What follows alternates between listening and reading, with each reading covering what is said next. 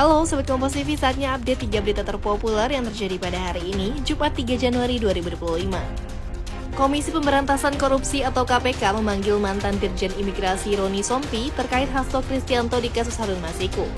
Roni tiba di gedung KPK ditemani sejumlah kuasa hukumnya dan keluar dari gedung KPK usai diperiksa selama sekitar 5,5 jam. Juru bicara KPK Tessa Mardika juga membenarkan Roni Sompi dimintai keterangan sebagai saksi untuk 3 tersangka termasuk Harun Masiku, Hasto Kristianto, dan Doni Tri Istiqomah.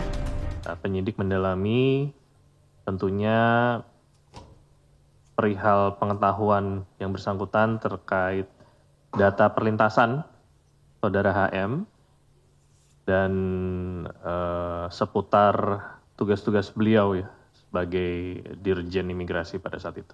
Saksi-saksi yang memang memiliki informasi atau pengetahuan, baik itu terkait keberadaan saudara HM maupun terkait perkaranya itu sendiri, dalam hal ini suap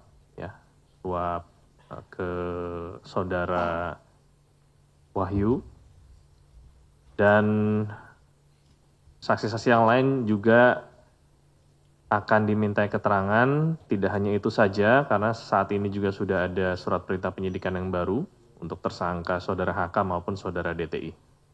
Jadi kita tunggu aja nanti endingnya.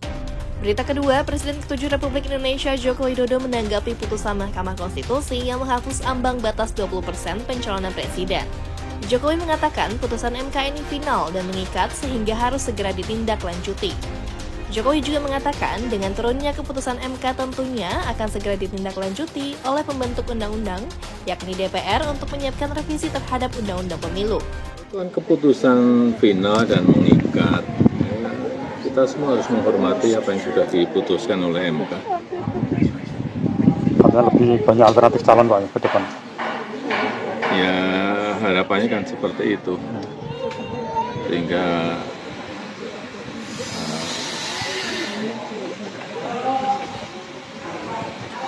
nantinya akan segera ditindaklanjuti oleh pembentuk undang-undang. Berita ketiga, Mahkamah Agung tanggapi soal sindiran Presiden Prabowo Subianto terkait vonis yang diterima Harvey Mois usai merugikan negara ratusan triliun rupiah. Juru bicara Mahkamah Agung Yanto menjelaskan pernyataan Presiden Prabowo terkait koruptor yang merugikan negara hingga triliunan rupiah harus divonis 50 tahun pidana penjara adalah bentuk penegasan dari seorang presiden. Yanto menjelaskan putusan harus kembali ke Undang-Undang Tindak Pidana Korupsi untuk berapa lama hukuman yang akan diberikan. Ketok palu hakim terkait vonis Harvey Mois belum ingkrah karena jaksa penuntut umum mengajukan banding. Dari Mahkamah Agung, kalau statement beliau selaku presiden itu menganggap itu bukan intervensi. Kan itu penegasan ya, lebih daripada penegasan. Kalau seperti itu, jadi kita memaknainya beliau itu statementnya adalah penegasan. Kalau sudah nyata-nyata terbukti, ya, artinya alat buktinya itu terpenuhi bahwa dia korupsi, dan korupsinya adalah ratusan triliun, beliau mengendaki hukuman yang berat sampai 50 tahun tadi.